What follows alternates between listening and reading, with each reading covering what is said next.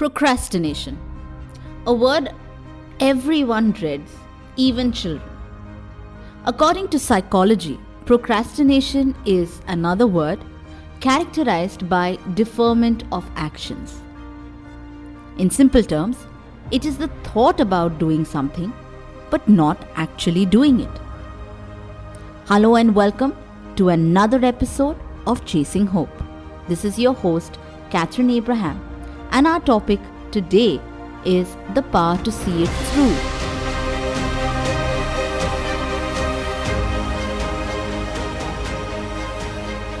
A couple of weeks ago, in a casual tete-a-tete with my literary agent, we were discussing my otherwise crazy schedule, which largely comprises of teaching, writing, preparing my podcast, and also, as of right now, working and contemplating on the flow of my next fiction novel. Listening to my schedule, he asked, "Are you able to match all your deadlines?" To which I had to honestly reply, "Yes, for the most part, but I do lapse once in a while."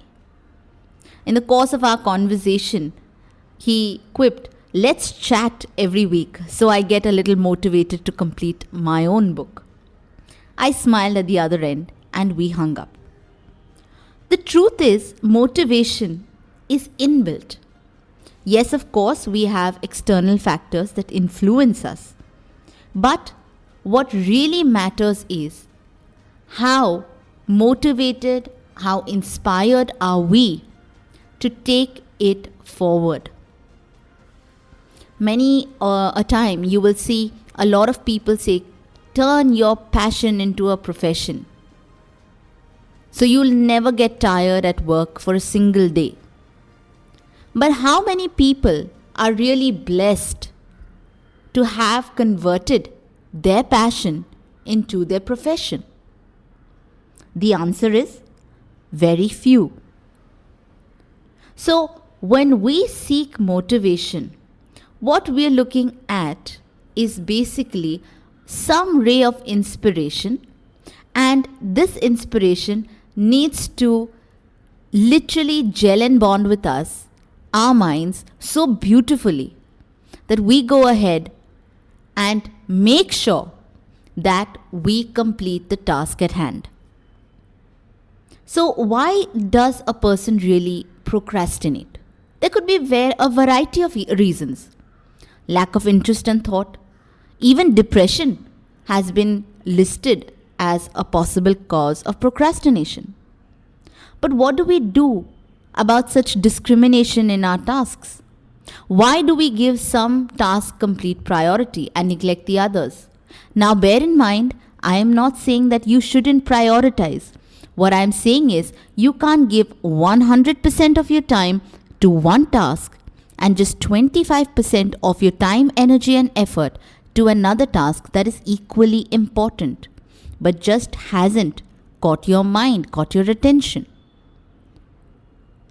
The reason why a lot of people do just a few tasks is because they feel connected with that task. We are either obligated to do it because maybe we are paid for it, or there is some other incentive that is waiting at the end of it. This is why the work actually gets done. The other reason identified why we do complete the work is because we are passionate naturally, as I just said. So, in short, what we are looking at is a combination of an incentive and a passion.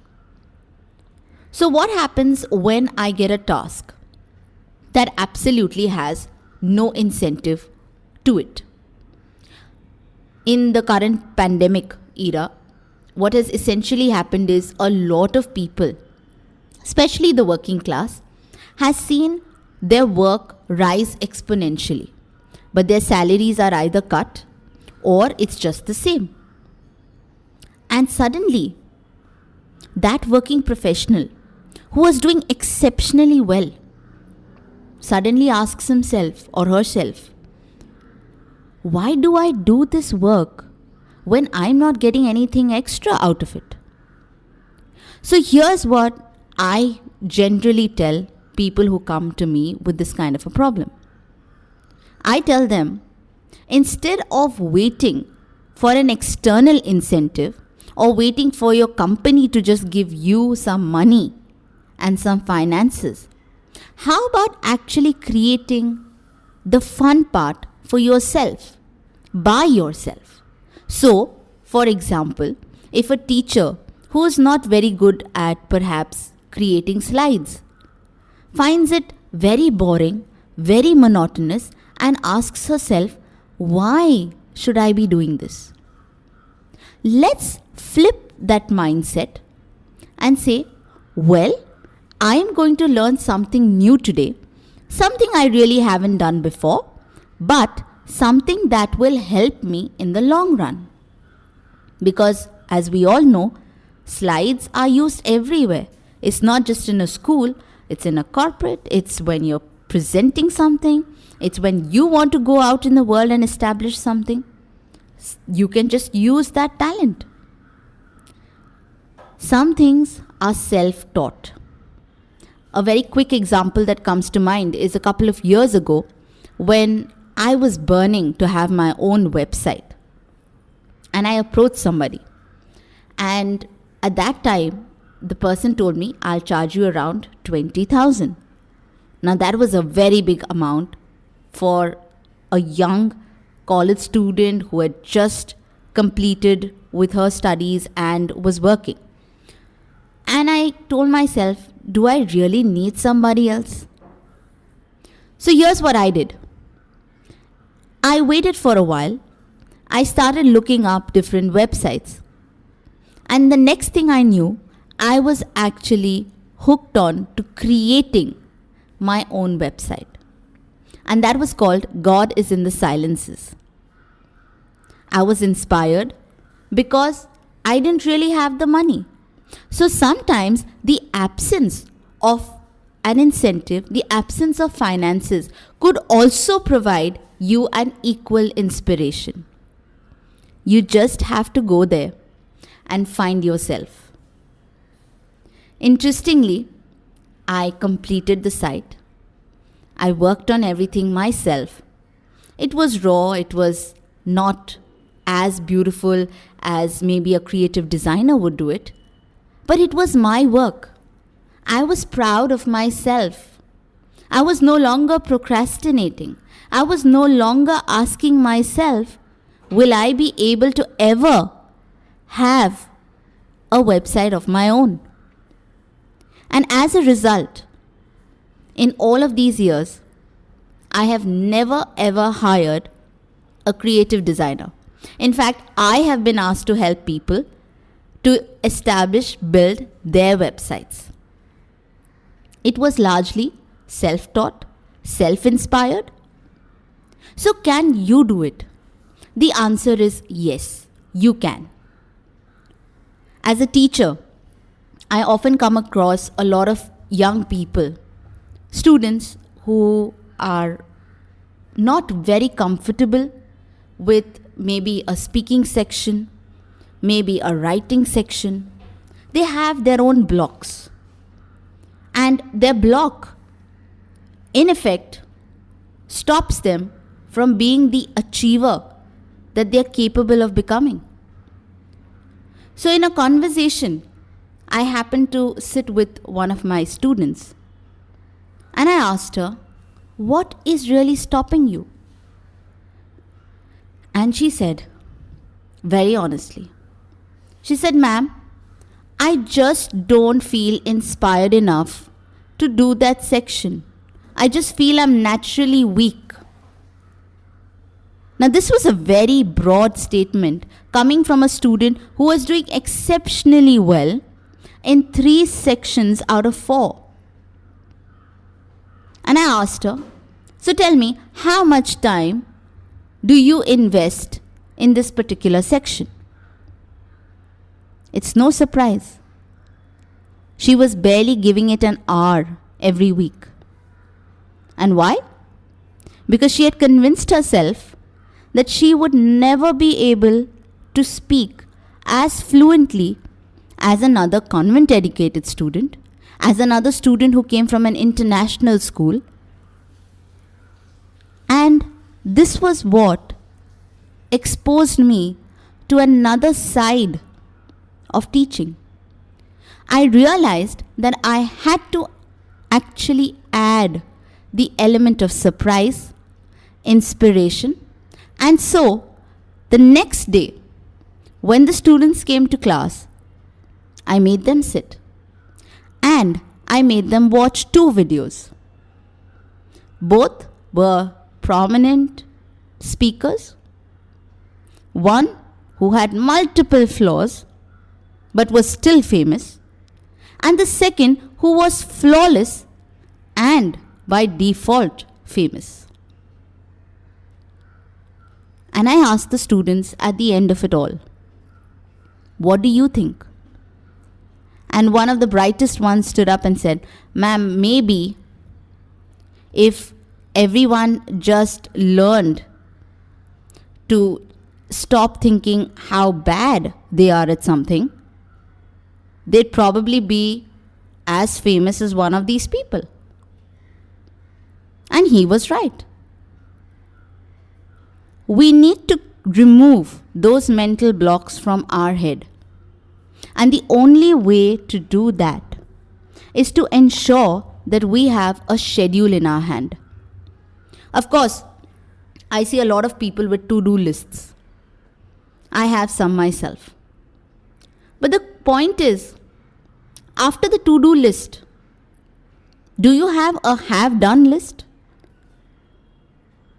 Have you ever chronicled your thoughts while you were trying out something new? Was it frustrating in the beginning?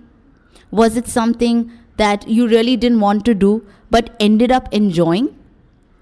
Did you record that experience? Because if you didn't record that experience, obviously it's sitting at the back of your head and you've all but forgotten about it. So when the next challenge comes across, you ask yourself, do I need to do this? I'm not getting paid. Why should I do it? And this is exactly why people begin to procrastinate. Let's not forget, God has given each one the same 24-hour days. The reason why some get work done more than others is because perhaps they are starting their work earlier. They don't say, oh, I'm not a morning person. Why would you say something like that? Why would you start your day with I am not? Why can't you start your day with I am? I am productive. I am someone who inspires people. I am someone who works on all of those areas of my life where I am lacking. I am someone who loves a challenge. I will do it myself. If you can try this, just for a week, start your day with a positive statement. I am. I will do it. You will see the change within you. You will see that you're approaching the day with excitement. And then, once you start approaching your day correctly, the next thing you need to do is make sure that you eliminate all those mental barriers. Make sure of it. Add the word self-accountability somewhere today that is very prominent on your desk. Write it down. Take a paper, write self-accountability and stick it up as a sticky note right in front of you.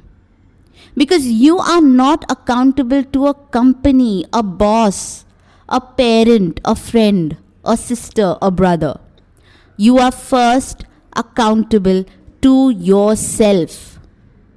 And the minute you start this particular process, you will see that you've left the word procrastination and the feeling of it far, far behind.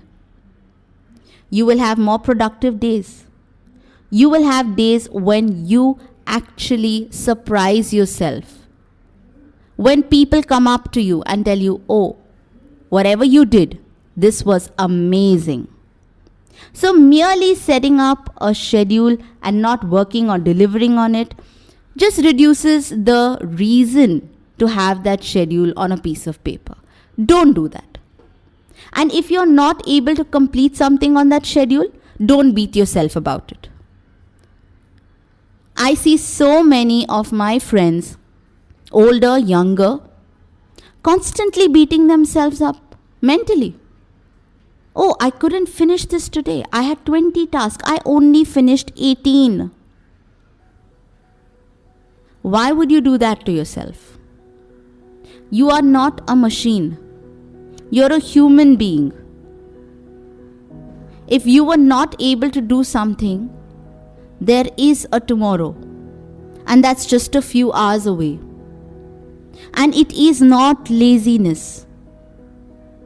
Sometimes we're genuinely caught up. Sometimes we're genuinely stuck in a rut. But here's the thing. You don't have to be doing the hamster wheel every day. You've got to make sure that you are not just productive, but you have a mind that engages with different people at different levels. If you can do that, you're halfway there. Proverbs 10:4 states, "A slack hand causes poverty, but the hand of the diligent makes rich." What the Bible is wanting to tell us here is, the minute we lose sight of our destination, of our goals, we automatically find reasons to not do something, to not grow, to not achieve. So we can't blame someone else for our problems. We have only ourselves to blame, and hence self-accountability. In the Indian culture, interestingly, the Gita also says that we are influenced by gunas. What it means is that the pure qualities within us is covered over to varying degrees because of the influence of our physical body and our mind. So the important scriptures are all in sync. They're all in sync with their underlying meaning about procrastination, laziness, not being able to see things through. All that we need to do now is recognize our own limitations, learn to look at it as a challenge, and learn to tell ourselves that this challenge is going to be easily overcome. And if your day starts with I am, your day should end with I win. Because whatever you've done that day, you've actually won the day. You've done your best. Now let God take care of the rest. So I hope that this episode of Chasing Hope has brought you a fresh wave of inspiration. For those of you who would like to get in touch with us, please get on to our website www.chasinghopewithkathryn.com. You can get in touch with me on Twitter at _ChasingHope. And most importantly, if you have a prayer request, we are waiting to hear from you. If you have some suggestions, if you want us to cover a specific topic on this particular podcast, please let me know and I'll be more than happy to cover it for you. Thank you for tuning in, and I look forward to meeting you in our next episode.